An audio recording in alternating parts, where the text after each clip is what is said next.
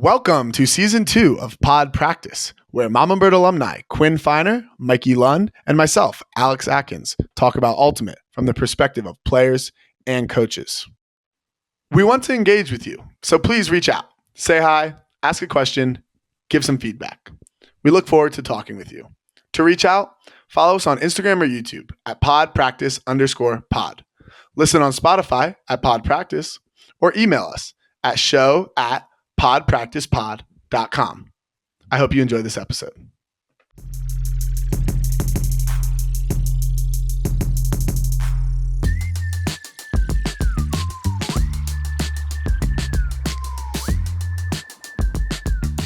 Routine film. Yeah. And universe point, double game point versus a Bravo versus double wide at regionals popped up.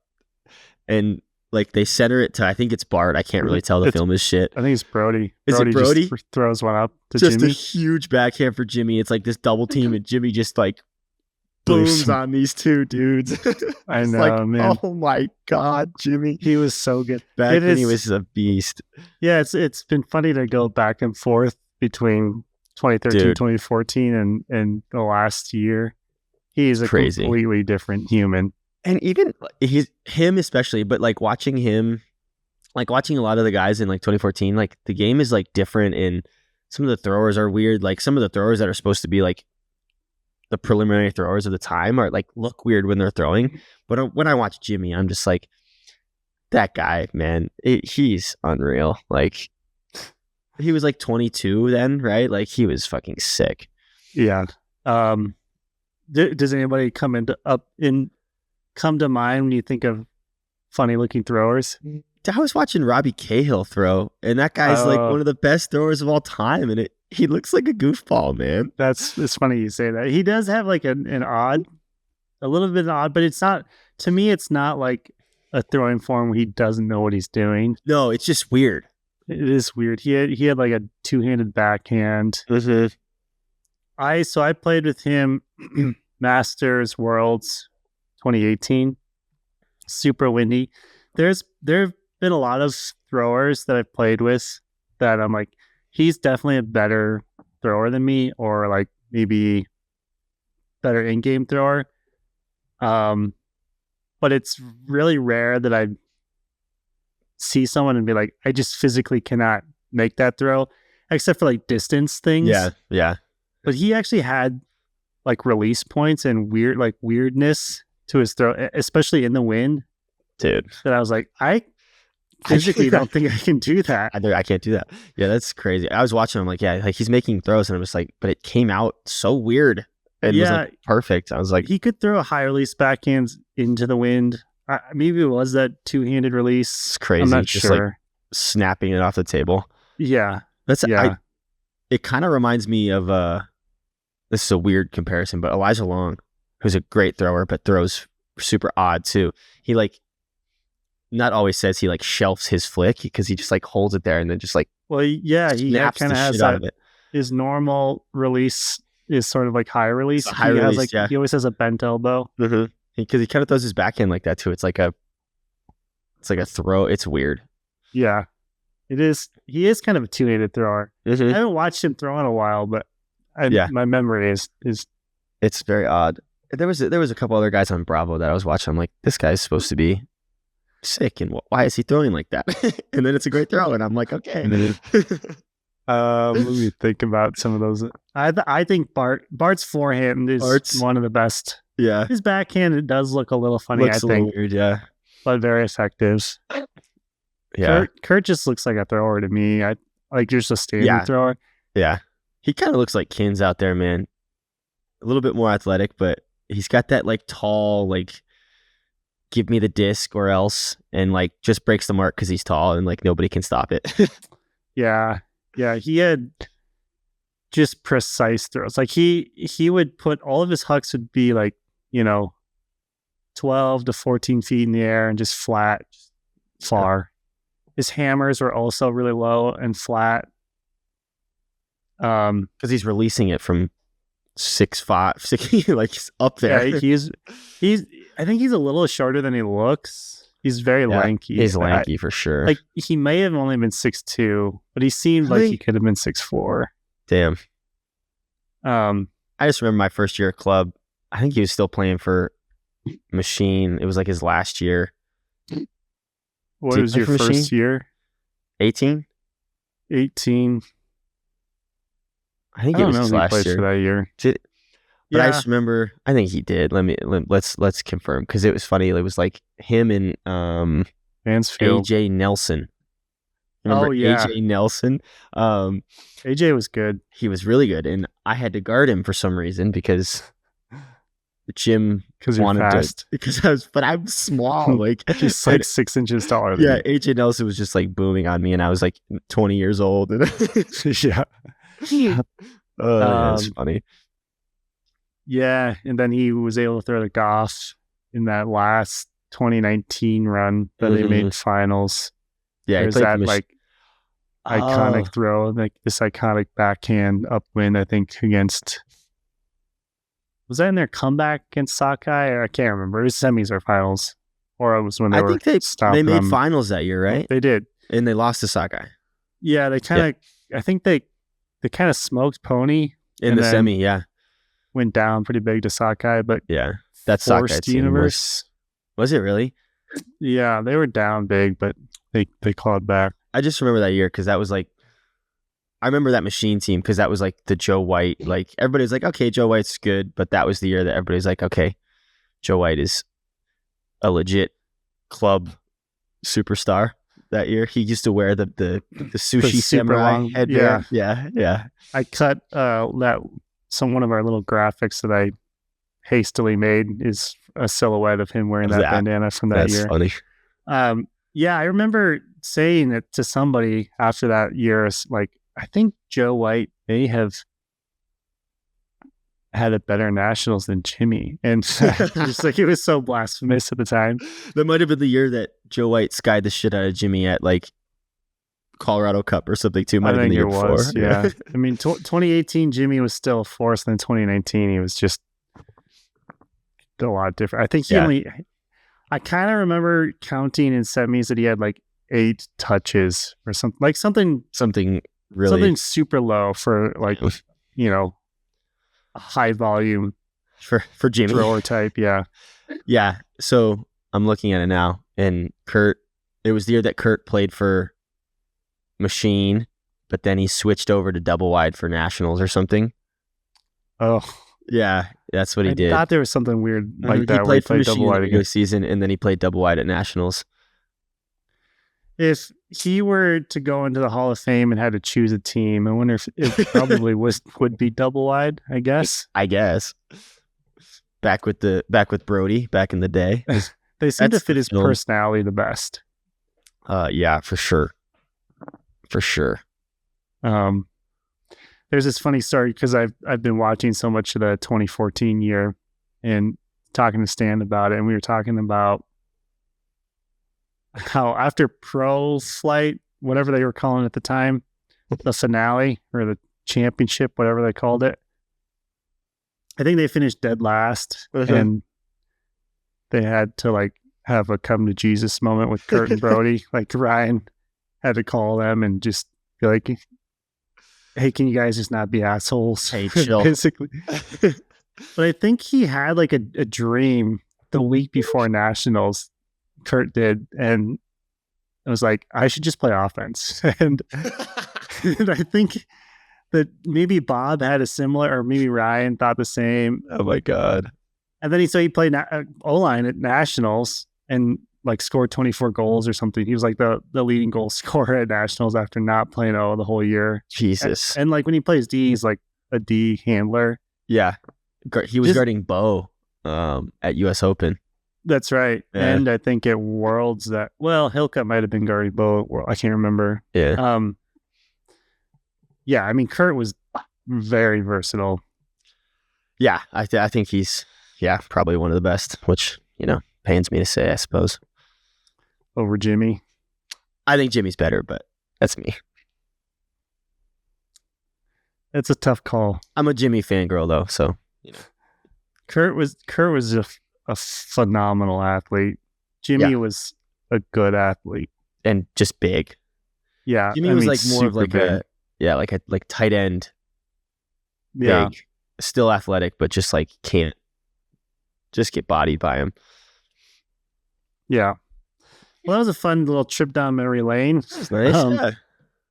We're recording this actually maybe like an hour and a half after the Prez Day final. So we were supporting our birdies. Oh yeah. Sorry they couldn't pull it out, but first tournament of the spring with like 2 or 3 practices under their belt. They kind of ran into a buzzsaw, man. Yeah, that slow team's got some talent. Kins is supposed to be here with us. We are recording this actually kind of late for our scheduled time, but Mr. Kins is nowhere to be found. Hopefully he's not dead or something. At the Belmont Disc Golf Course. Of course. So maybe he'll join us later, but in the meantime, we've been off the air for a little while here, getting things going again. Hopefully we can get back into our routine. Speaking of Prez Day, it was fun to watch the last couple of days. You got any thoughts on how the college guys are looking? Yeah, I think I watched all the games that they had streamed, besides maybe like the first one on the first day that they kicked the crap out of the banana slug. One of the they didn't UC. I don't even know if it's posted yet. The stream was down for that game. God. Perfect. But yeah, it was fun. I think shout out to the leadership of Bird for not having a coach there and doing so well and like actually making some in-game adjustments, like, which is crazy. I think if it was I was captain still, like we would not have done that well without coaches. I'll just say that. So that was very impressive, but we fall to a team that runs zone again, tail as old as time. So, but I think overall good, and it's first term of the season. When we made semis, I think we lost semis of nationals. I think we lost in like quarters at Prez Day that year to like UCLA or something. Yeah. Speaking of zone, I think that all the teams were you're on small fields that year, and every California team was running the same zone. Just killed us. Still can't play Zone O very well, but hopefully we can improve that. Oh, God, yeah, we have always sucked at that, and we'll always continue to suck at that probably. But what are you gonna do? And I think they really only have had 2 or 3 practices because they had this weird suspension thing that was total bullshit, in my opinion. Agreed. I have not been able to make it out to any practices yet. I did have a meeting with them, with captains and TK, about at least just preparing for lines going into the tournament. But so I think, like, is it because they switched over to B Ultimate? I think they typically, the team has always used like a printer that's probably pre-approved by the school. Do you know? Something happened with a couple things happened. I think they used a font that they needed to get approval for, and they didn't get approval for. And I also think that they received the jerseys before they actually paid for them, and the school was upset about that as well for some reason. And then I think there was some, like, the B team was doing an organized thing when they weren't supposed to be, and they got caught. I don't even know if it was organized. I think they were just like playing pickup, but I think some friends are hanging out and wearing club gear. That's so they were spending for like 2 weeks or something. It was a bummer. Late start to the spring. Kind of funny. I think it's silly because I don't know. They're college kids. They don't know. Yeah. Is someone telling them that they can't use this font? I mean, I think it's the hype around like Coach Prime and like using like their brand, like CU's brand is bigger than ever, and I think that's like probably why they cracked down on it. I don't know if that's true, but I'm just saying stuff. I think it's just silly though that you would definitely not let a team practice for that. Definitely.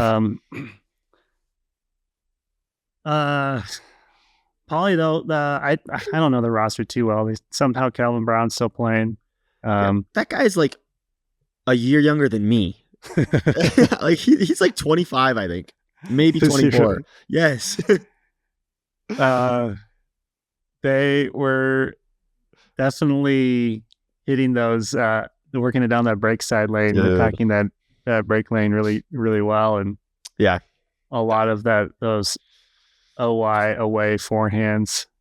They were on. I think the way that they played in that game, like they played a very volatile brand of Ultimate, and it just worked for them over and over and over again. So they were just like, and like credit the throwers, like they had some really good throws, some really fucking good throws. So yeah. I mean, yeah. Shout out like Kyle Liu on that team. I think he's a revolver guy. Number 50. Yeah, he was quick. Good for them on their D line, and he out of like a timeout or something ripped like a 80-yard backhand, like end zone to end zone for a goal. But yeah, Calvin Brown was the best player on the field for that day.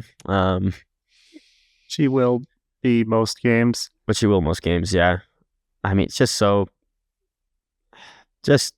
polished and well-rounded.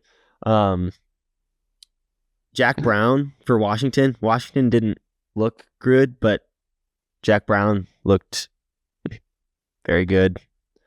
He's pretty good, yeah. Yeah. He's fast. He's hitting, speaking of those OI away forehands, he's hitting those too. And yeah, I don't remember him being like that good of a thrower in the past, and he looked like a solid thrower, which is good to see people like either opening up their throws or improving their throws, whatever it is. They kind of steamrolled Oregon. Never a chance there.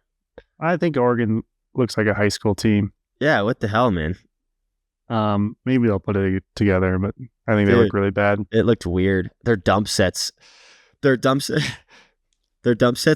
Dylan Freechild getting a dump from his like on Rhino. Dylan Freechild's an amazing player, but it's like the run really close to him and like clap for the disc, and they were all doing that, and I was like, wow, like I wonder directly, like the most direct angle. I like wonder where you who's can't throw it coaching to this space team. at all. Oh yeah, it's like you have to throw it now or else, and it's really tight. But I'm a Dylan Freechild fan, and he's obviously very good, so no hate. But that was funny. Do you know the name of the big receiver on slow? I don't know who he is. Isn't that Anton Orm? He's young, I think. He was good. He was good. He's big, and he was good, but I think he was getting just dimed up. Like the throws were so fucking good. It was insane. Yeah. Like he caught like one contested one over Cal because Cal fell. Yeah. But like all the other throws were just like dimes. But yeah, he was definitely looking solid for sure. In our team Slack, right before that throw went out, TK said Calvin's about to get one for us. And no, I think I said that. Oh, was it you? I said Calvin's going to get one for us, either our Calvin or their Calvin. Oh yeah. And it was set up so well for Cal, but he just he tripped. He kind of, I don't know. There was some contact. I don't think it was a foul though. That's just one where it's just like you're both looking at the disc and you run into each other and one person falls and one doesn't. Yeah. Tough. How about on Bird? Anybody looking good to you? Yeah, from the Mamas. I'm not going to shout out like Cal or Seth Wells because they're already good and everybody knows it. I guess shout out Seth Wells in the center handler position. He looked polished and looking athletic, I will say. He is. Fuck yeah, Seth. But go ahead. His freshman year, he was the last guy we took on the A team and didn't know he had this kind of potential in him. No. And he just worked for it. It's fucking awesome, dude. And he's the sweetest dude ever. But I will say, Seth, if you're listening, I need a little bit of a smile every once in a while on the stream, man. You look so sad. You look so sad. When he does smile, it's so infectious. But it's so good. Yeah, you're right. You can't help it. That's why he's got to be doing it. It cracks out. He's like trying not to smile. Yeah. Oh, I love that guy. But other people, we were talking about Carter before we started recording. Carter is like very, very well-rounded, which is what I look for in players like in college when I'm watching. And and I'm going to tell this to Mike again because we already talked about it, but when I see like a big athlete, I'm like, okay, yeah, like he's good. He's a big athlete. You know, he's good in college, but going to be pretty neutralized in club. So when I'm watching, I look for like really well-rounded players that are athletic and can throw and can play in the handler set, play downfield.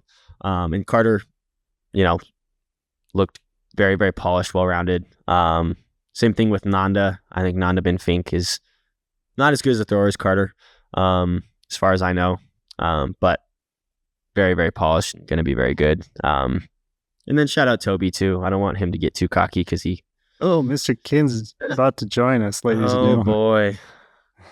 But yeah, shout out Toby. I think he could, you know, got a lot of room to improve, but young. We're not able to display this camera and mic. Apologies for the technical difficulties. Well, while we get Atkins in here, one of the while we were watching the finals, towards the end of the game, Seth got a block in the reset space, and Stan did not know who he was. We were watching the game in my house, and he was just like, "Who is this 47 guy? I love this guy." And then he gets a block, and he was just like, That's so good. "What a lad!" Number 47, what a lad! It's so good. And then Levi Tapper had a great tournament, I think. I was watching, scoring goals, making nice throws. So, fuck yeah. Oh yeah, Levi. Oh, I got something funny too. Number 26, I think his name is Felix on Bird. Devin always watches the streams with me, which is awesome and funny. But we were calling 26 Felix Spaghetti Noodle because he runs like how a spaghetti noodle would run. And it's fucking hilarious. It's so funny. But Spaghetti Noodle had great pulls. I will say that.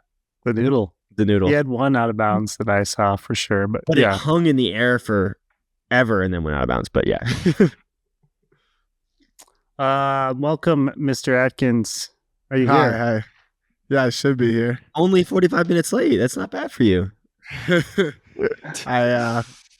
Atlas had an impromptu doggy play day at Valmont and my phone died, so I apologize. Well, good to see you. We've jumped on and we talked a little bit about Prez Day. No, I'm glad you guys are still. Yeah, What'd you talk about? What were we talking about? Oh, just it was a good time supporting the birdies, and Until the end. I know it was kind of tough. Still fun to watch them. yeah.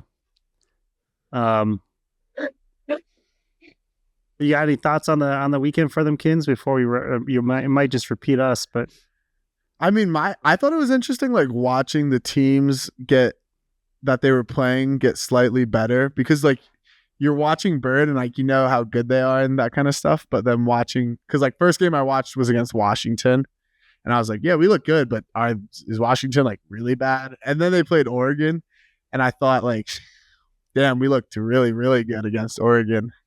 And then Cal Poly just had a whole nother level of like depth and talent. Like I was actually just kind of shocked at like the skill jump that was made like by playing the better teams. the Like final boss. Yeah. I mean, because Oregon's D-line couldn't, like, I was a little worried because our offense turned it over a couple times early against Oregon, but their D-line was like struggling aggressively hard to convert anything.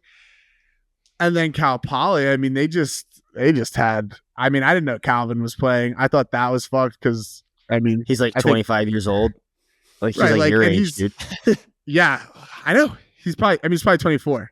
Yeah. Turning I mean, 25 soon. Like, yeah, like he's a year young. Yeah, it's crazy. Crazy. And I think that's tough because he's probably the best player like in that game, which is always tough. Yeah. And then they also had, I was really impressed by that number 50, who was Kyle on Lou, Revolver. Yeah, We shouted him out talked too. about. Yeah. And I think He's like good. that's really big to have like the quarterback of your D line, you know, like someone who, Club experience, yeah, 100%. yeah, like and can just like help you convert, because his throws were really good like, and then they crossed him over when they had to hold for half, and that was the one he threw that around flick hook to Calvin. Oh, right. And Yeah, that was a that nice was one. him crossing over for an O point, which I also thought was impressive, just because you're playing D, you come on a line, but you don't give a fuck. Like, you're not like in any way like scared to do whatever. That was funny about that point in particular.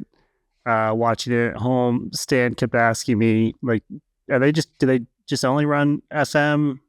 Because they just keep throwing these flicks. And I was like, yeah, they'll probably only run FMs without a coach. TK was screaming in the chat for a hard backhand force. Oh, was he? Yeah, because after that, I was like, if TK was there, I would assume he'd either have a sagging lane or probably just go backhand. So they didn't do it until TK was asking for it at like 8:10 or something. And they didn't do it until 14:09 or 14:10, and they did it, and they walked it up the open side like four throws goal to end the game. I wasn't paying attention there. It was funny. On that one for half, though, I think it swung to Kyle. Seth or someone rolled onto him. So it was a backhand flick. We did contain it, and he still threw that around flick for like a 40-yard dime. I will say, like, their FM, they were...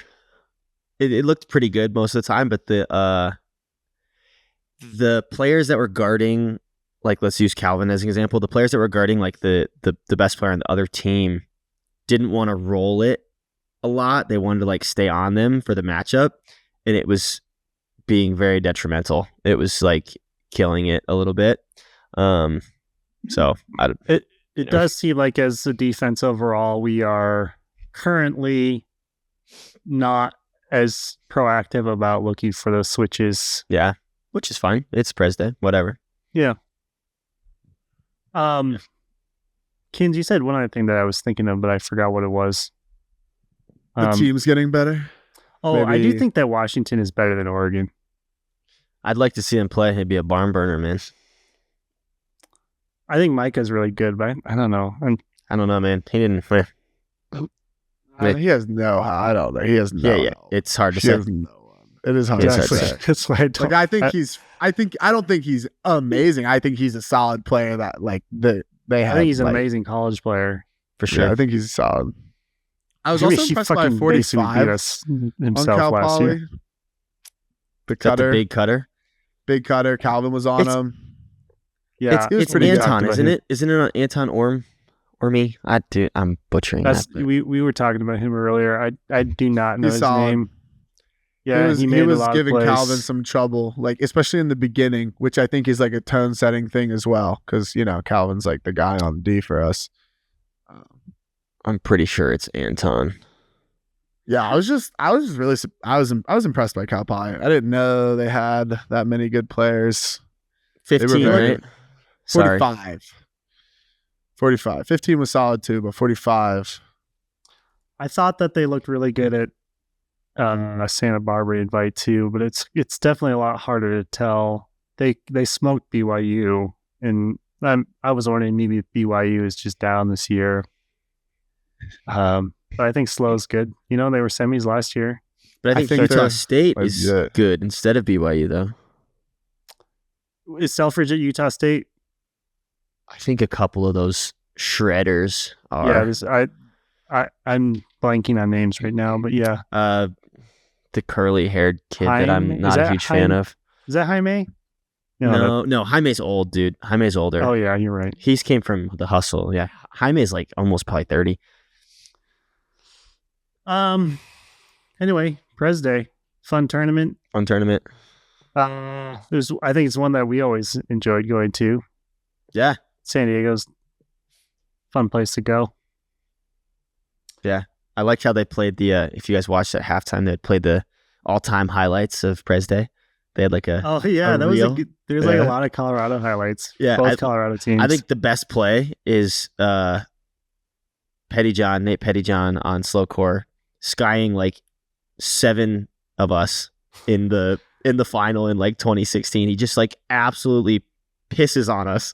It's an insane catch, but that guy was fast. Dude, he was good. He was my roommate for U24s in Germany, and it was him and Elijah Long and me. Absolute sweetheart too. Did anybody Does he still play? Did he play last year? No, he hasn't played since Worlds. I think was his last. I think he quit after that. He's good. He was good. All right. Moving on. Actually, maybe I'll skip ahead to Summit tryouts. You know, we Summit. We're kicking our season off. We just had an interesting open and closed tryout format with the weather. A lot of great turnout. Honestly, I thought turnout was gonna be down this year, partially because of the snow and partially because, honestly, we just didn't have as many registrations. Like, I think like 30 people registered in the last 2 or 3 days. Classic But anyway, ultimate. I thought it was a great community event. It was good to see everybody out. Yeah. What went well and what went poorly in your guys' minds? I think as far as like the what went well, like I think probably the thing that went the best was just like the community and the vibe at tryouts was so good, even though maybe the first day sucked ass because it was freezing and snowing, but like everybody was like super nice, super happy to be there. You kind of relished that weather. Yeah, it was sick, man. I think the vibe and the community aspect of it was amazing, which is awesome. And for the listeners, when we started the day, it was wet and dreary. It was not nice, but it was clear fields. And by the end of the day, there must have been like 3 or 4 inches of snow. Maybe more. It was more. awful because we got there and it wasn't raining. And then it rained for 15 minutes. And then it sleeted for 30 minutes. And then it snowed for 4 hours. It's fucking dog shit, dude. We were just trapped. It was actually pretty funny. Like, I brought Atlas to hang out for the tryouts, and once it started sleeting, I was like, all right, I gotta take him home. Like, I'll come back. So I took him to Dala's parents' house, and when I get there, it had just started snowing really, really hard. Her dad is home. There's like, I hadn't had coffee yet. He had just made a pot of coffee. He had just made like sausages. There was like all this food. Damn. And I had to like leave to go back, and it was snowing. And I was texting everyone like, is this canceled? It's canceled. It's This canceled. has to be canceled. And no one was responding. And I was just like, there's no way. But I have to go back. Like, I can't just stay here. So And good. so finally, after like 30 minutes, I go back, and I'm just shocked to see we're playing like fucking mini on the snow. Like, it wasn't even like the field wasn't covered in snow. Like, the field was covered in snow. I was shocked, and I had to drag myself out of that house to go back to fucking tryouts. So that was pretty funny. But you know what I've been thinking about with tryouts, and especially too because like we have the World Tryouts coming up as well. But like, I just like the purpose of tryouts to me is kind of interesting. Like, has anyone ever made a team not known based off of a tryout? Like, are people actually watching and judging what's going on at tryouts? And does it even really matter? Because it's like, if you have someone who's a player who you know is really good and they play bad the 2 days at tryouts, are you really going to cut them? Like, how much is this tryout like really like, you know, dictating who's making the team? And vice versa. If you know this player is really bad, but they have, you know, they just play well at tryouts, they make some big plays, whatever, are you going to take them? Like, knowing what you know? I just wonder, like, almost like the purpose of these kind of events. And well, like, it's a silly, imperfect process for sure. And I think when we talked to Bryce and when we talked to Mike Denardis and holy smokes, like, why can't I think of Bryce Merrill? What? I think they're doing it a little bit better of a job than we are. I think by the way, really quick shout out on the vibes piece. I think so much of it was because the group leaders, thumbs up, did a great job of fostering a lot of what TK was initially laying out in terms of what we're trying to accomplish, but also the players themselves, like I felt like everybody just came with a good attitude and like everybody was out there to have a good time. But the way that the Shred are doing it and the Flyers are doing it, where it's like a weeks long thing, that's really the only way you can truly evaluate. Yeah. And even then, it's still impossible. It's still impossible to do it perfect. Yeah. And I think that, we've had some strong hits and some misses. We always make mistakes. And I think there are some players that we've had great success with that really the difference maker was their tryout. They may not have been completely unknown, but there are a couple guys on even this year's team. I don't think we can really, I think TK would be upset if we broke more news to our handful of listeners, but I think there are a few guys on this year's team that I was not expecting to make it before tryouts. Yeah. Like, I wonder how long and how much competition would be needed to have a team selected just based off a tryout. Like, that would be an interesting, like, it's an interesting experiment. Do you know what I'm saying? Like, what if you were actually what if you actually as a team were like, fuck who you were, anything you've done before this, we're going to have a month of tryouts. We're going to like do everything under the sun. We're going to play all sites of different things. And we are going to be like, have a bunch of evaluators. And if you have to play well, or the people that play the best would be the ones on the team. That would be an interesting experiment. It would be. I don't think it's a good idea, but I think it would be very interesting. Well, there was like a scary idea. A 6-week long sort of summer league, like mini league where you're on your teams, and then after a few games together you rotate and you collect stats. And yeah, actually, I mean, that would be so cool. It'd be like the UFA would be your tryout for the UFA. Because it's kind of like I love to think, like we talked about this last year, but I love to think about like what would happen if you blanked everyone's memory before a tryout. Like before, even if we just did like our weekend tryout, and like Mikey, TK, all the evaluators came in with zero prior information. The Men in Black mind eraser thing. Zero prior information. It'd just be so funny. Like I really wonder like how many spots, because I think the top 50-ish% of the roster are good enough to like, even to like a blank eye, they're going to be locked in. But after that, I do feel like there's a lot of, we know this person's been on the teams before. Because a lot of the time is you get your shot on 1 year, and that kind of keeps you in the system for a long time, you know? Like it's not often that someone makes a team and gets cut. It's less likely. Like it happens, but it's less likely. Well, because most of the people are good enough that they're on the team anyway. Like they're just stay on the team. But then there's a lot of fringe players where you'd rather not deal with the uncomfortableness of having to cut someone who's your friend who was on the team, that instead of just keeping them going. I don't know if I agree 100%.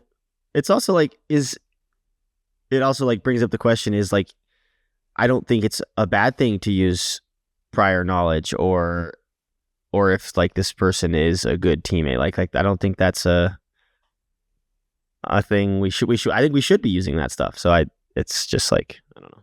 I agree. It's the only thing that it's not, in some ways it's not fair, because if we had the same knowledge of like other people and like the way they've played, maybe we would feel differently about them, like people we haven't played on the team with and stuff. Yeah. No. Well, you remember how we did it in college when you guys were still in college? It was basically the entire fall semester, and some people hated that too, because you're under the mental strain of, am I going to make this team or not, for weeks and weeks. Yeah. Yeah, it is an interesting thought, though. And maybe that does segue over to resources for adults, because this is a topic that Kins, you and I have talked about from just like a clinic standpoint. We were talking to Nolte about this after day one of tryouts, and then we also, I think, right after Club Nationals, we were talking about this. I feel like it was us hungover, wallowing in our sorrows of our semis loss, and we were talking about the topic of like I think there are a lot of good players out there, or good athletes, who have not been exposed to any coaching, and I wonder if there's a market for that, or just interest. Like I'm actually curious, if you're listening to this, like if you obviously, if there's a lot of online content to consume, maybe that would be the easiest path. But if like a national team coach, or like if a high level coach or player wanted to just teach a group of 6 people how to run resets, would people be interested in that? And then I'll turn the question to you guys: is, do you think players could benefit from something like that? Well, I think it's beneficial because, like, what I'm thinking about, especially with what I brought up before, is I think half the benefit is knowing the people, like the coaches and the whoever. I think like a lot of the benefit is just knowing them, because I think most of the time you're getting better by getting high level reps. But how do you get high level reps? You get on good teams. But how do you get on good teams? You're either good enough. So like it's got to start somewhere. Like you got to get on a team. You got to get on the path somewhere of like getting onto these good teams. Well, that's what I'm saying though. Like, right. Can we create other paths? Right. And I think it's less about like the hard skills of like running the resets. And I think it's more about the just, right. So I guess what I'm saying is it's almost more like, I think doing ultimate stuff is still the good way to do it. But I think, okay, my answer in short is yes, it is beneficial, because I think just getting to know the people and building a connection with someone who's on high level teams is like how you start the process. Because the amount of times it's like you're getting on a team because of like either you know the good players on it, coaches on it, or you get a recommendation from someone that the players or the coaches respect their opinion. Like, I just think that's what makes up most of how teams are selected. And then you're just giving someone a chance. And then once you're giving them a chance, it's like, do they take that opportunity and capitalize on it and like capitalize on all the high level reps that they get? Or do they just, not get better? Quinn, maybe I'll ask you to answer that if you have any thoughts before I chime in again. Go ahead. Go. I think you're right, and are still sort of undervaluing how important the actual skill development is. It is exposure to the actual people that are making decisions, but it's not just access directly to the people. It's the things that they're covering. Like if you think about a mid-level regionals team or below regionals team, some of them do have legit athletes on them. And maybe your goals are not aligned as a team versus your individual goals. Like if there's a camp or an opportunity for you to just like, if I could just go to Alex Atkins and be like, hey, can you just spend 20 minutes, 30 minutes, like 2 or 3 times a week with me, like how beneficial that would be, just to talk over the concepts, to talk over how you look at things. And like, if you think about when we're just evaluating players, like half of the issues that I see is like, well, he makes terrible decisions with the disc, but like he doesn't know what a good decision is, because, and oftentimes the teams that they're playing on, like their goals are probably misaligned, or just like they don't have access themselves and maybe no desire to reach that higher level of understanding. But if there's just 2 people on that team who want that, like if there was a mechanism, like not sure, it could be an online resource where they could read, but can you imagine if like you guys know this, if we could just run 3v3 that's enough people to get better. That's less than a full team. I think there's just a lot of opportunity for people to be exposed to things that that are unavailable to them right now that could really help make the leap. Like if you remember, when we talked to Devin almost a year ago, we joked like, how long would it take us to make Devin a nationals level player? And I kind of feel like we could do it because she would just get the dedicated time.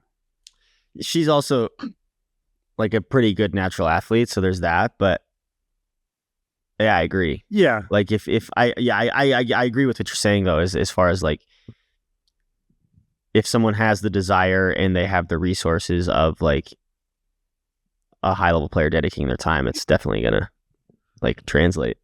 And Devin has the connections. She does. Yeah, she has the access. I think that's a big, like, I think a lot of it, like you were saying, Mike, has to do with access. And like maybe once people have the access, that increases their desire too. I think sometimes desire is like kind of weighed down because they don't have the access to it. So all of a sudden it's just like, well, I'm not gonna get better because I don't have access to resources to help me get better besides just like playing with my team or, you know, whoever else. And then, you know, the desire is not there because you're not seeing improvement. You're not getting better. You're just, you know, I think that's part of it.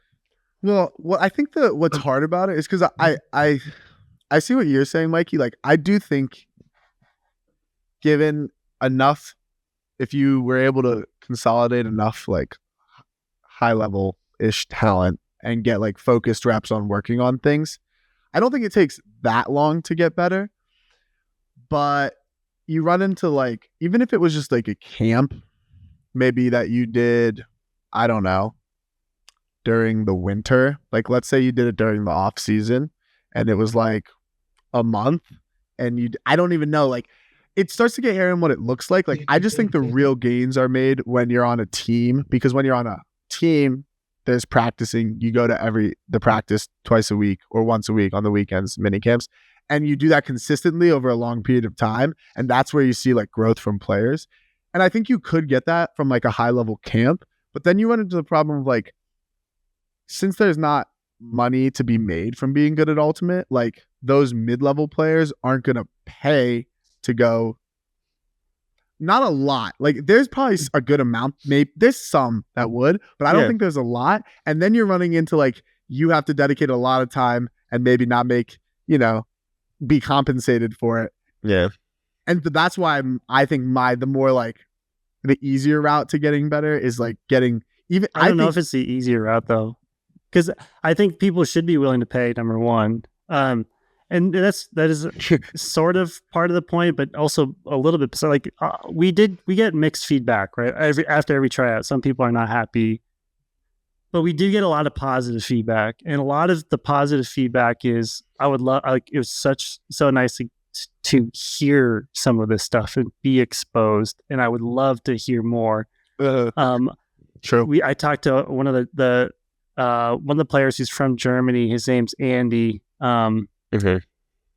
After our event at Rayback on the Saturday tryout, and I talked about this subject with him, and he was like, just his eyes lit up. He was like, that would be so amazing if, like, he was just honored to have the opportunity to compete and learn a little bit, like a few hours of shitty snow frisbee. Like, I don't know if there is a true market to like for it to be monetary, but I do think like I like pickleball. I haven't talked about pickleball in a while because I haven't been playing as much, but tennis pros, etc. Like there are a lot of people that are not trying to be professionals or reach the highest level, but it's just like, this is fun, and like I want to know how to get better. Yeah. And my only mechanism to get better is to learn from these players that, one, don't really care about winning or getting better, and two, maybe they just suck. Like there are a lot of people that don't know. They don't know what the fuck they're talking about, and so true. I feel like it could be fun too. If I had the time and resources, I would love to do something like that. Like an 8-week, 6-week, 4-week. International, I'll be honest. high level.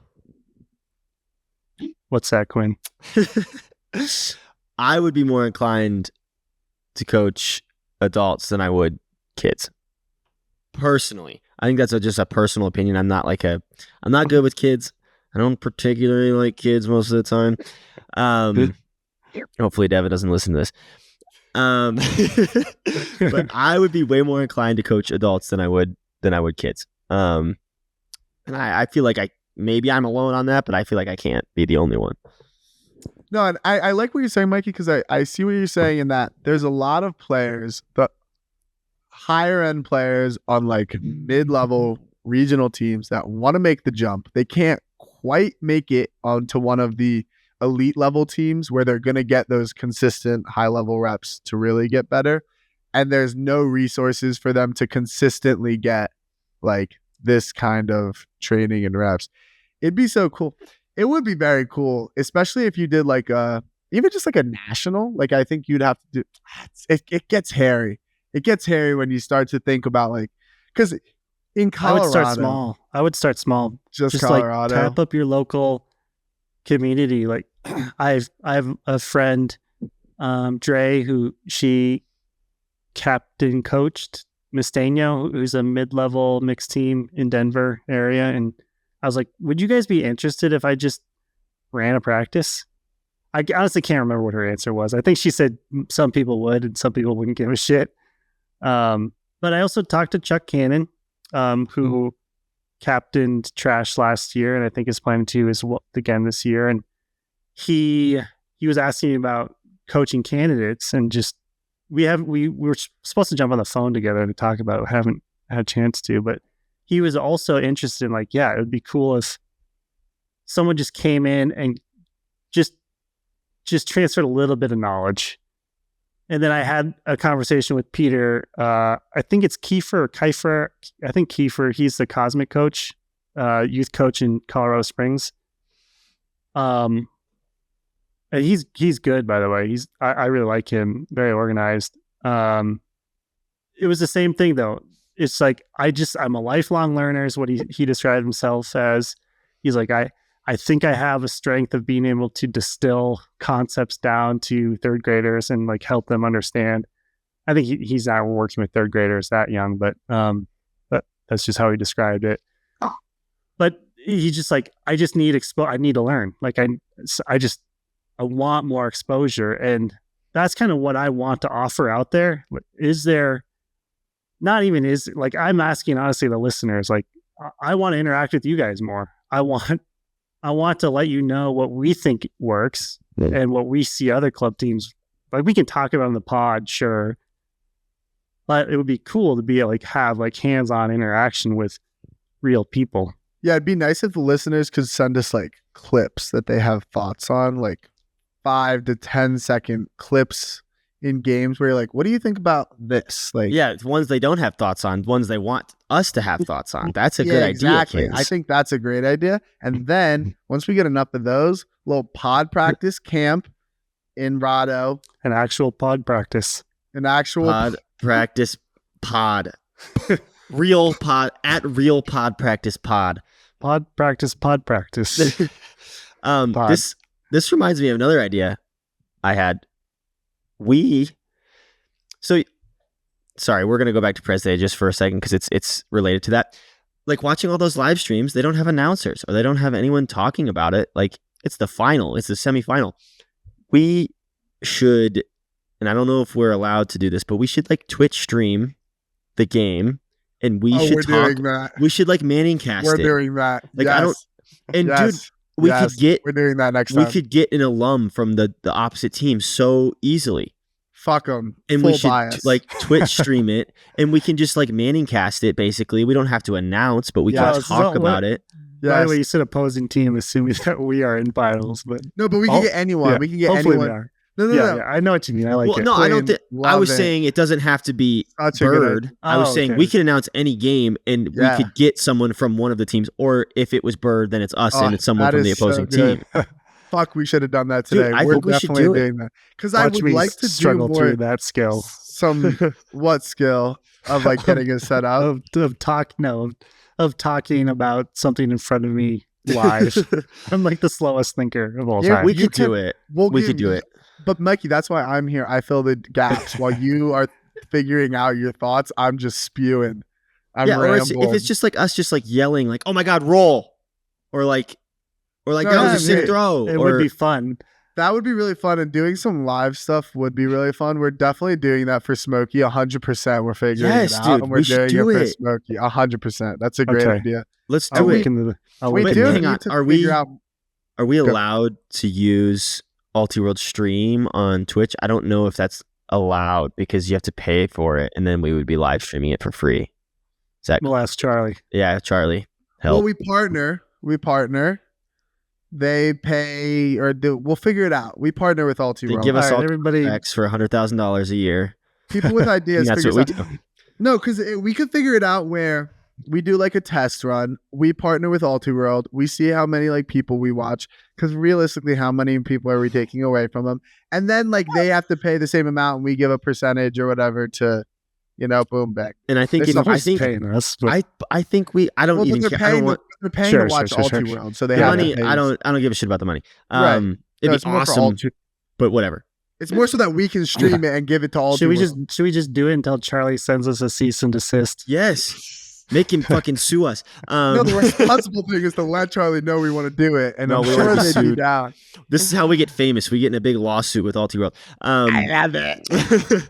But we could like say on our Instagram, like we could get people to watch this. I think we could get legit viewers. I like agree. If we a week before the tournament, we said we are gonna do this for these games of pro play. And so people know we're going to do it, and it's not just like we're posting on our Instagram right away. I agree. Or even bigger scale, Ulti-World says that we are going to do this, and Ulti-World they says it out. pod practice plus we're playing Oregon when Will Laurie pod practice plus Will Laurie. No, this is a great idea because Ulti-World would not making finals of any tournament. Ulti-World would want to do it because you're right. It's more entertaining than watching the game with no commentators, especially if there's no commentators going to be on the game. Like we can ask them about like Smoky, dude. But if there's no commentators on the game, why not? We could definitely set something up. Or even if there is, by the way, I swear someone does this. I don't think they announce it, though. I think they just stream the game on Twitch or something like that. Like I told you guys about the one that people watch where Omar likes to watch COD, and they just have the greatest just sit there and talk about it. Just scump watch party. It's a watch party. They sit in this like cozy ass chairs and are just like. We could even do it like that, where the camera it's like a split view. You have the game here, and then the camera of us watching. Yeah, because for the big games, we can get together. And we could bring Devin and have her do her like layman's analysis. Dude, it would be sick. We can be like the Dude Perfect stream of the Super Bowl and do like trick shots. No. There's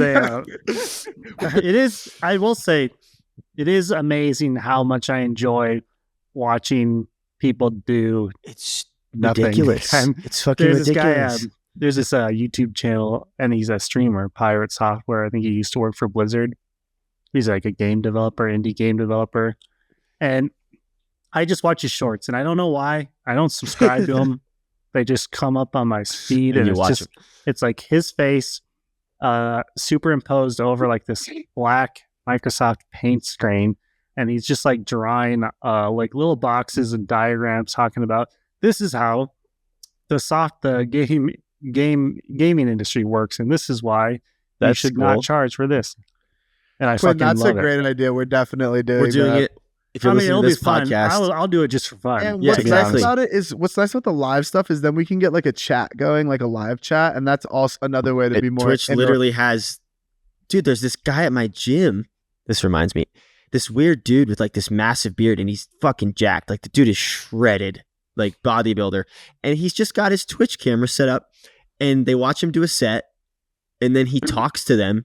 Interacts with the chat and like talks about like why he's doing this exercise, like, and all like gives people tips. It's fucking weird, but it's cool. Dude, I want to watch him. Send me his handle. I don't know what it is. He's You gotta just some ask him. dude at the gym. Oh, ask him. Yeah. He's got like a mic. He's got like headphones with a mic on it, and he's like, you can join his stream from off camera. he's like benching 15. Yeah, but we should. All That's so right, funny. we're gonna do this. Look out Yeah, for an for announcement Smoky. on our Instagram. All right. Because I do want more ways to be interactive with our listeners. I would We're I gonna- do think, We're yeah, gonna do it. now that we are hopefully getting back in our cadence, that is one of our goals this year, is to be more interactive with anyone who is kind enough to listen to us vibe around for an hour So and we a half. should do a big giveaway, Tom. That would be a good interactive thing to do. I will give one of my jerseys up. We'll do a giveaway for sure, Ski. Let's Sick. do that on the Instagram soon.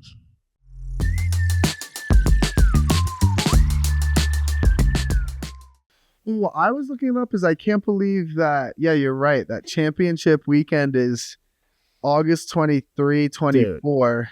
Like, come on. And When is the World's Tournament Saturday, August 31st. and mini camp? So I mean, you're certainly going to have to be in Australia a week before the tournament. Like, there's no question about it, right? Like, what if we leave right after? I do remember maybe, reading in I their guess. thing that I remember reading in the description, like you're supposed to you're supposed to prioritize the USA team, and Over- therefore, yeah. Are you allowed to play in the UFA season even? Like, or like what? Where do we draw the Yes. line? come on. Is this why Jack isn't trying out? Do you think? I'm not sure why people are trying. A couple people are trying out. Oh, do you want a Mikey Bomb here? Probably not. I assume they're not trying out because they've been on the teams before. It's expensive and like It's at in this point, Australia. what Yeah. are they really doing? Yeah, let's hear a Mikey Bomb. But can we take a brief intermission? I really got to pee. We'll be right back with today's Mikey Bomb. Right after Quinn drops a Quinn bomb.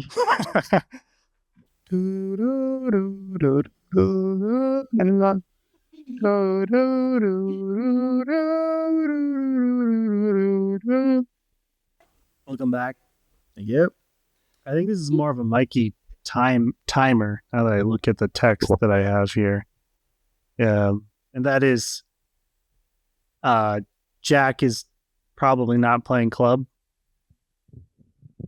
Whoa. Doesn't want to get knocked out in quarters again. Oh, he heard the comments, I suppose. Okay, that's actually crazy, though. It does not. It is a I don't think is going to play club. It's not a is not going to play club. Sure. And the other text is Babbitt probably should be done. That's true. But That's true. sad. That's sad, but that's true. who knows? That does suck. Interesting. Dang. That is very interesting news. It's happening. The shift to the UFA is happening. Oh my It's happening. God. It's one domino at a time. Honestly, like, if there was a domino, that's a big one. That's Like, a big domino. It's Jack. Like, Jack is the chosen one.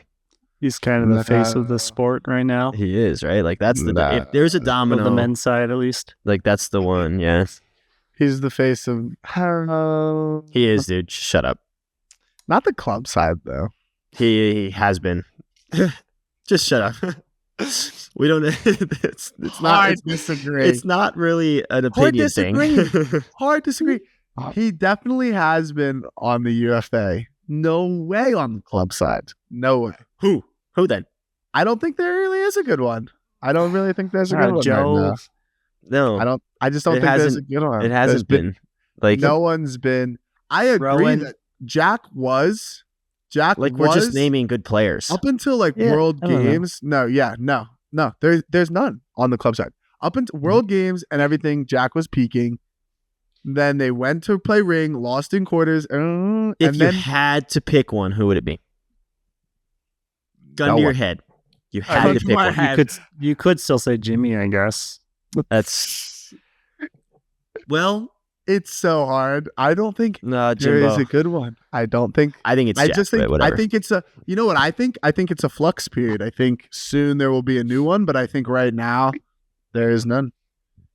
I don't think so. I mean, Definitely not like yeah. when Jimmy was in his prime, or That's fair. I think it's a transition period of like who the. That's fair. Because I do think in the UFA, I just in club, I just don't see how you could really like. I think he still was, but that's fine. Whatever. I'm not going to argue about it. Can't. No real argument to be made. So anyway, yeah, the weird conflict with UFA championship weekend. We would love to make it, obviously, Dude, So fuck weird, it. I'll dude. just put UFA. and King's Bomb, and Bomb. potentially Worlds. If I'm hoping to see both of you on that roster. I'm hoping to see a couple other Bravos. I say for all sure. of them. Oh, I'd love to see all Bravo tryouts on that roster for sure. By the way, shout out to Connor Tabor Tape. I've been watching a insane amount of film lately, and I rewatched that Revolver quarterfinal. He was incredible. Really? He played so well, clearing space, moving the disc. Oh, yeah. The way he was getting open for resets, just to a T, exactly what I wanted out of him. Oh, yeah. I Good on texted you, him Tape. about it, actually. It was a nice little heartfelt exchange. No. Also, Yeah. on heartfelt stuff, we should congratulate Cody Spicer on retirement. Oh, And yes. Just, I don't buy it. Father and future he's father. coming back. Yeah. No, He's dude, 1,000% coming He's back. not coming back. he's not I coming back. bet my firstborn on it. We'll bet Spicer's firstborn on it. Atlas, I think I'd say, how old is he? He's like young 30s, right? 32, 31. He'll be back. 31, 32. I'd see. say 1 year, max 2, and he's back. I think it's more likely that they're pregnant again a year from now than Agreed. him coming back. Yeah. Chill, Spicer. That's crazy. Yeah, I guess so. But yeah. Incredible player. Yeah. It's been a treat to get to know Cody over the last couple of years. He is definitely one of the best players I've ever coached and one of the best people I've ever been around, for Yeah. sure. Can we put this picture of him on the screen? This is 3 days before he won a national championship. Yeah, send that to me. I'll try to clip it in a little bit more high res. Yeah, I do like that. Like I like on the like Lex podcast, whenever they talk about something, they'll overlay like a Yeah. graphic of a picture of it. It's entertaining man. to watch. Goals. Yeah, that is goals. We need Omar. Yeah, we do need Omar. Omar could help us with our watch party thing, right? He could do that. He could All help right, us cool, with cool, Twitch cool, for cool. sure. I'll tell him. I'll tell All him about that. Sweet. Well, let's Dude. talk a little bit about Worlds Tryouts. Were you about to say something? Because Well, I just yeah, want 'cause to. I was gonna say we've been getting absolutely boned by snow in preparation for Worlds Tryouts. Yeah, God, it's man. been like the last 3 weekends. It's snowed like the day before. It's insane. It's hilarious because it's so nice during the week. It's like 60 degrees and sunny. And then Friday rolls around and we just get blasted by snow. Just Like, it's- absolutely annihilated. It's If you been guys really insane. wanted it, you'd be playing right now. I was thinking of go and play I some guess I don't want basketball. it. I guess I fucked you think I was guys gonna- by. I think I was going to go recording get this. a couple games of basketball in at the rec. Hell yeah. I like to assert my dominance on the young college kids. Good cross training, I hope. Yeah, it's how are you real guys feeling headed into obviously not quite as prepared as you'd like to be with even though Meh. weather, but are you excited? Are you nervous? I'm excited. I'm not really that nervous. I think tryouts are tryouts. It's not really like we were talking about. I think they could pick the team. That might be a hot take and might be stupid, but I don't think there needs to be a tryouts for USA teams. I think they should have a panel of people, maybe a panel of players that aren't trying out, and they should pick the team. And if you don't get it, sorry, man.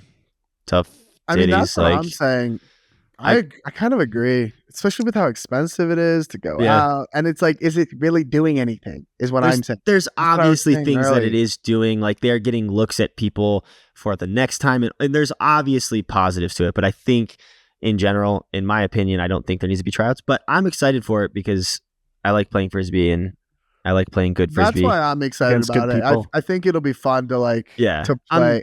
I'm really excited to play with like good players that I've never played with. Like, I think that's super cool. I think it's a super cool opportunity. But then I'm really excited. And I will say, rolling in, I didn't do like an off season this season because club ended and then we had tryouts in a couple of months. It's hard, man. It's hard. Tired? I'm tired, Grandpa. I think you didn't do an off season. Like you didn't take a break. You dude, mean? I think this is me being dumb, but I rolled it right in, and I've been hitting it like hard working out, running, everything. I think I should have. Off season. I still think that's off season. I don't know. I've been running more than I do like during the season. I think that's me being dumb, and I need to take a little bit of a break, but I'll be all right. Kins, how are you feeling? You excited? I'm excited because I think it was one of the last, maybe it was the last pod with Ian.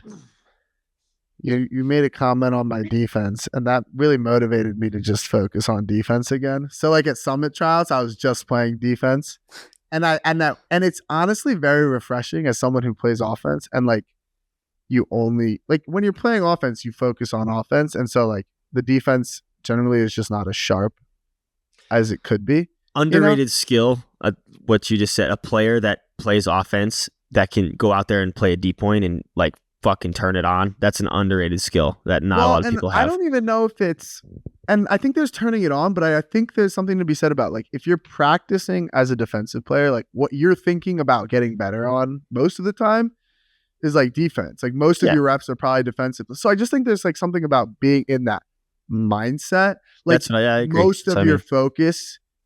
So I don't even think it's not, I think it's more about, it's not being like checked out when you're on defense, but it's just the fact that like 75% of my focus is going on to like, how is our O-line going to hold more?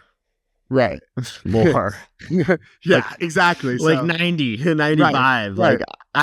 So it's just nice to go at like a tryout and have a blank slate of like who I am as a player and be like, I'm just going to go play defense and only focus on that. And it's honestly, it's very fun because I think, I don't know, I just hadn't done it in a while. Like it was good. It felt good to just like have that be the thing that I was focusing on. And then offense is just so easy.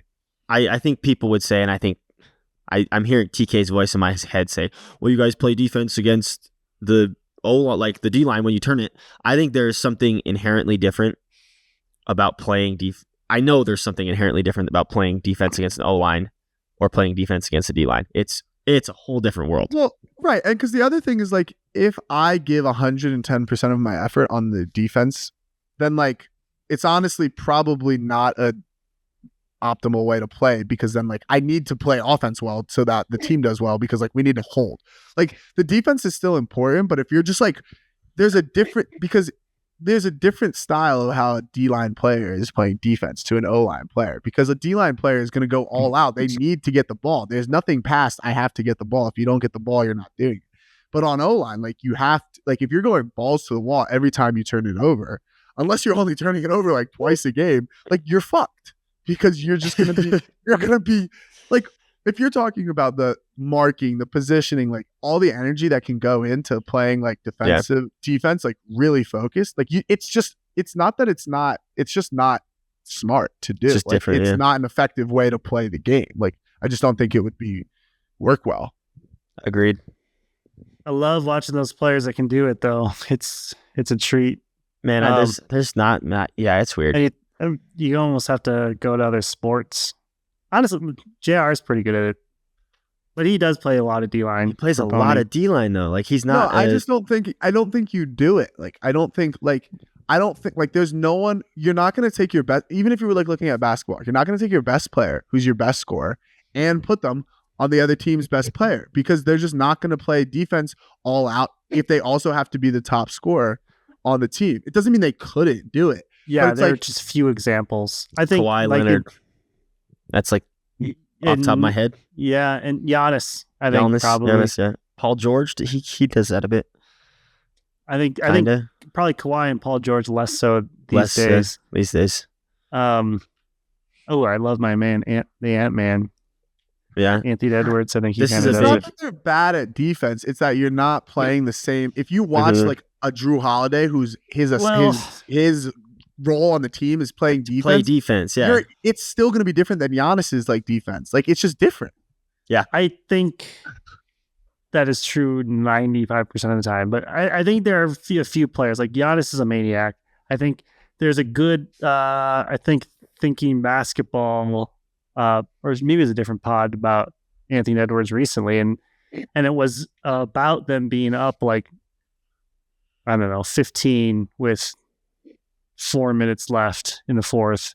And Anthony Edwards just completely locked in a defensive stance. And That's I hard. think that's sick. That's sick. That's hard. There's so many reasons in professional sports that for people not to do that. I agree wholeheartedly with that defensive mentality though, like how it's just you can just let it go if you're playing D-line. And it took me basically until double retirement to really relish that D-line. Like I didn't like doing it in my club career. I didn't really like doing it in my master's time. But once I started playing grandmasters, maybe it's because everybody's a little bit slower, but I really do love it and enjoy it. There's also, you guys are very crucial pieces of offense, I would say.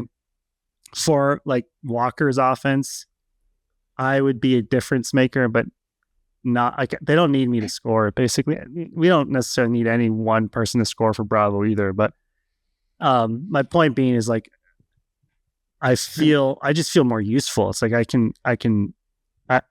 my offensive skills when we get it are hugely valuable after the turn, and I don't have to worry about saving as much energy like you were saying to be able to use to hold basically. And the mentality, like it's so much more fun to score a break to me than hold an offensive point. Yeah, unless you do something cool like the hold. Yeah, I agree. Also, if there's college players listening to this, like, man, unless the hold is like super big, I'm gonna sound like a grouchy old person. Unless like the hold is really big, or like you got some play aggro was super sick, celebrations. dude. The celebrations cannot be so aggro on O-line. Like, congratulations, dude. You did your job. Like, relax. Unless it's cool or it's a really big hold, like, fucking chill. I was having that same thought just now. Chill. It's ridiculous. It's fucking ridiculous, man. I think it's Or if well, whatever.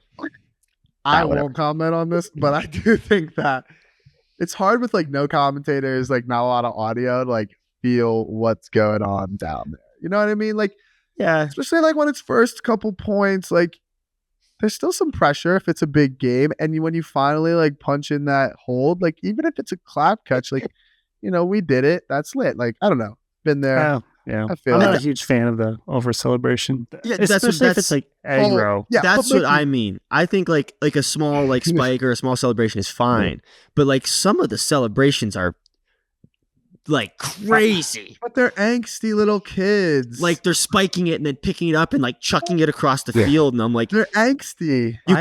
you caught a break side around from the one. It's like what? It's the game's 3-1 now. Like, Dude, they're pumped up off of Red Bull and like a bunch of testosterone. They haven't jerked off in a couple days since they've been in the hotels. Like they're angsty little kids. You know what I mean? That's my issue. I have low T. I don't. That's why. They've seen the Atkins triple spike or double spike, whatever. Double Oh, spike. that was fucking hilarious. No, but the whole puffed out We need chest. to overlay thing, that. Yeah, just bad, man. I don't love That's it. because you're just not puffed out chest guy, Mikey. Yeah, I guess, but well, I don't know. I don't know why you would want to be that. It's a total turn on to me. You want to be it. I think it's just like you're in the. It's just like you're a dude. I don't think that they know what they want. Maybe they've watched you. Maybe they've watched some of these older Stop players. blaming me. I'm not to blame. I'm also a huge hypocrite because Right. I just think it happens sometimes. I've done it before, but I just think with dudes and you're competing and it's like a very masculine thing and you're just like feeling like all very like and you just like get a little like I also think it looks dumb, but I'm not hating. That's all right. Well, you guys look like idiots, but we're fans. But we understand. Yeah. We get it. I don't get it. We get it. yeah. Like he doesn't get it. That's funny. Well, or if you're like mad at like if someone like fouled you hard or like big contact and you still caught it, then I think it's cool too. Not cool. I think it's acceptable. You're thinking of the poly game. Yes. I know. I'm just thinking of all the aggro Quinn spikes now. I'm an aggro dude though. Like, well, I don't know, man. Depends on the setting. Totally. But that's what I'm saying is like I feel like most of mine had some type of justification. Like in that Cal Poly one, I still feel really bad about it. So hilarious. I feel bad about it, just to put that out there. A lot of contact there from Seamus Robinson and a pretty aggressive spike from Quinn Finer after the play. On the receiving end of Dangler justice. But the guy smacked the absolute, this is Seamus Robinson. He's actually a good player. I don't know what he's doing these days, but smacked the absolute fuck out of my elbow that I had torn previously. And in the moment, I was like, he just tore my elbow again. So I spiked it. But that's the I thing. feel A bad lot about of these kids are like, maybe it's like their first, it's Prez Day. Like, could be like their first college tournament. They're like a freshman or like a sophomore. But it's the first year they're playing. Like, they don't, and then there's levels. They'll score like 10 times and they probably won't be doing it anymore. But it just happens. Yeah, okay, that's fine. I think Here for I think yes, it happens, and I think we can chill a little bit, and I think you can do it when it's warranted. I'm off my high horse. Yeah. Maybe I'll end on a shout out to a worthy celebration. I actually don't even know what the celebration was, but one of the fun parts about, I think the fun idea of why it would be enjoyable to do a live stream, and also another fun thing about watching your alumni or your college team is you get these fun Slack threads or group chats and all this commentary anyway. And Plow was he became a big fan of number 17 on Bird, Curtis. He's a fast, zippy freshman. Oh, sure. Who, I don't think he gets a ton of PT yet. He's still working his way into the rotation. And he just kept being like, let's get 17 out there. And he catches this around and then finishes out the break. Yeah, that was actually nice. And I love that kid. He's really funny. He's super goofy. When I think the first practice that I went to in the fall it was pretty late, probably November. And I didn't know their names, so he was wearing a Cookie Monster t-shirt, and so I was like, "Hey, you Cookie Monster!" And so now forever, Curtis is Cookie Monster to me. So if you ever see number 17, Mamabird, Cookie Monster, give him a shout out. Except Maddie Jackson's the Cookie Monster though, because his celebration. Yeah. Oh, Did I true. miss the Tobias hype already? Was that earlier in the pod? I shouted him out. I also don't want to make his head too big, so let's not shout him out too much. Who cares? His cares? flick is awkward, dude. It looks disagree. stupid. It comes off fast. Yeah, he throws it really hard.